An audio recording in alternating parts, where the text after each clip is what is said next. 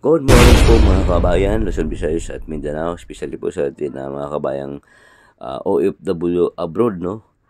Ingat po kayo palagi dyan, no? Thank you, God bless, and yun po, ingat po kayo palagi. Mga kababayan, meron pong good news ang ating mahal na Pangulong Ferdinand Bongbong Marcos Jr. Statement from the Office of the Executive Secretary, Lucas P. Bersamin, mga kabayan. Good news po ito, mga kabayan. Bakit magandang balita ang pagkakaalis ng Pilipinas sa Pat Grilis, no? Financial Action Task Force. Alam mo ba na may malaking magandang balita para sa ekonomiya ng Pilipinas? Finally, wala na tayo sa Pat Grilis. Ano ang Pat Grilis? Isa itong listahan ng mga bansang kailangan higpitan ang kanilang pagsunod sa international standard laban sa money laundering at terrorism financing. Dahil dito nag-alangan ang mga foreign investors na mamuhunan sa bansa. No, bakit good news ito? Mas maraming foreign investors, mas maraming negosyo, mas maraming trabaho, mas malakas ang ekonomiya, mas mataas ang tiwala ng mga dayuhan sa ating financial system. Mas mabilis at mas mura ang remittance, mas convenient para sa ating mga OFWs. Ibig sabihin nito, mas magandang oportunidad para sa ating lahat. Kaya naman ito ay isang panalong balita para sa Pilipinas, mga kababayan. Last administration, mga kabayan, no, panahon ni Duterte, no? Kaya nakasama tayo sa Financial Action Task Force sa Pat Grilis, mga kabayan. Dahil marami po itong mga pugo na pumapasok dito, mga scammer, di ba? Kaya na money laundering. Kaya nakakatakot po yung panahon ni Duterte yung Pilipinas. Kaya marami pong mga investor na ayaw mag-invest dito sa Pilipinas dahil natakot nga po sila dahil baka manulugi lang po sila, mga kabayan. Kaya po yan po ang kinakatakutan ng mga foreign investor sa ating bansa. Nung panahon po ni Pangulong Marcos, di ba, dahil po economic po ating mahal na Pangulo, ay gimban niya po yung pugo. Tinanggal niya na ang Pilipinas sa Grilis, di ba? Tinanggal. Kaya nung gimban niya po yung pugo at gumanda na po yung ekonomiya ng Pilipinas, dahil nga tinanggal niya nga yung pugo ban, natanggal na po tayo sa Grilis ng Financial Action Task Force, mga kabayan. Kumbaga, hindi na po natatakot ngayon yung investor dito na mamuhunan sa bansang Pilipinas ngayong administration. Dahil malaki na po ang tiwala ng investors po dito sa ating bansa, mga kabayan, no? At patuloy po sila ngayon na pumapasok dito, unti-unti po silang muhunan dito para po madagdagan po yung hanap buhay ng mga Pilipino at hindi na po sila pupunta pa ng abroad, no? At mahiwalay sa kanilang mahal sa buhay, mga kabayan.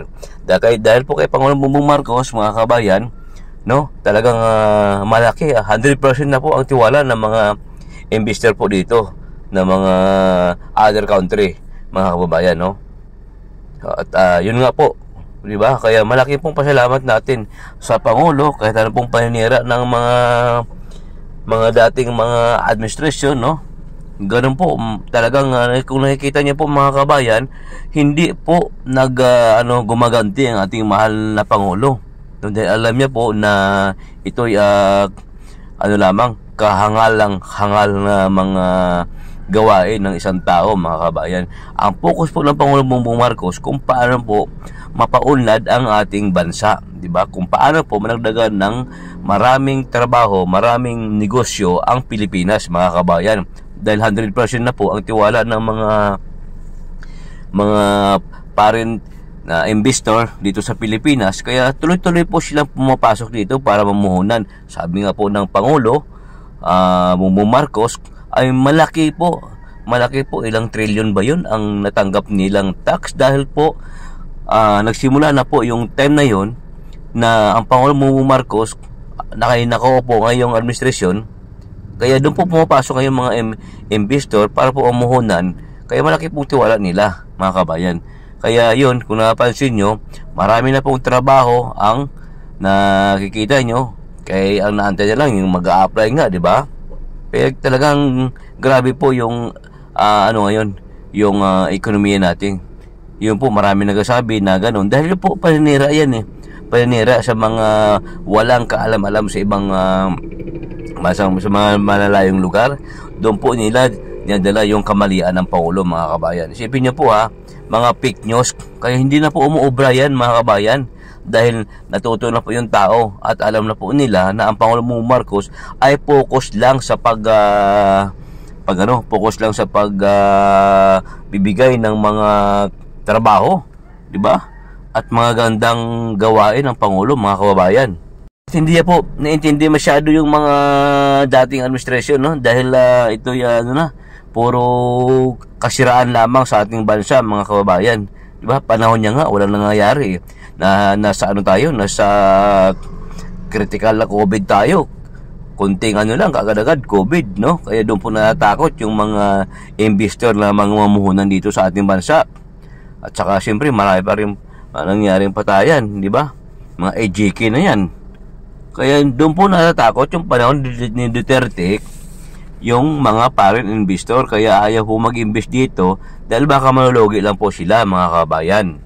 Kaya ito nga yung kasalukuyang administrasyon, talagang 100% pupunta po dito. Ang marami pong hakot ang Pangulo na mag-invest dito sa Pilipinas dahil napakaganda po ngayon ang ekonomiya, di ba? Maganda ngayon yung takbo ng ang ekonomiya ng Pilipinas. Kaya yun, kung napansin niyo po, mga kababayan, ganoon na lang po ang pagpapahalaga ng ating mahal na Pangulo sa bansang Pilipinas. Dahil alam niya po na yung mga taong bumabatiko sa kanya ay hindi niya po pinapansin dahil nakakasira lamang sa reputasyon ng bansang Pilipinas. Kaya ang gusto niya talaga mangyayari, mga kababayan, no? Tuloy-tuloy lang ang pagtrabaho, pamimigay ng mga ayuda, lahat ng mga negosyo, pabahay, lahat gawa ng mga projects, mga kababayan. Tuloy-tuloy lang po ang Pangulo natin na magtrabaho. Hindi niya po pinapansin kung ano man yung mga paninira sa kabilang side, di ba? Kaya ganoon po magtrabaho ang Pangulo. Magbatikos po, batikosin mo Pangulo, wala siyang pakialam dyan. Sige, trabaho lang po Pangulo. Dahil para po sa ekonomiya, para po sa bayan ang ginagawa niya. Di ba, mga kabayan? Yun po At mabuhay po ang ating mahal na Pangulo dahil ginagawa niya po ang lahat para sa atin. Kaya yun, ingat po tayo palagi. Thank you.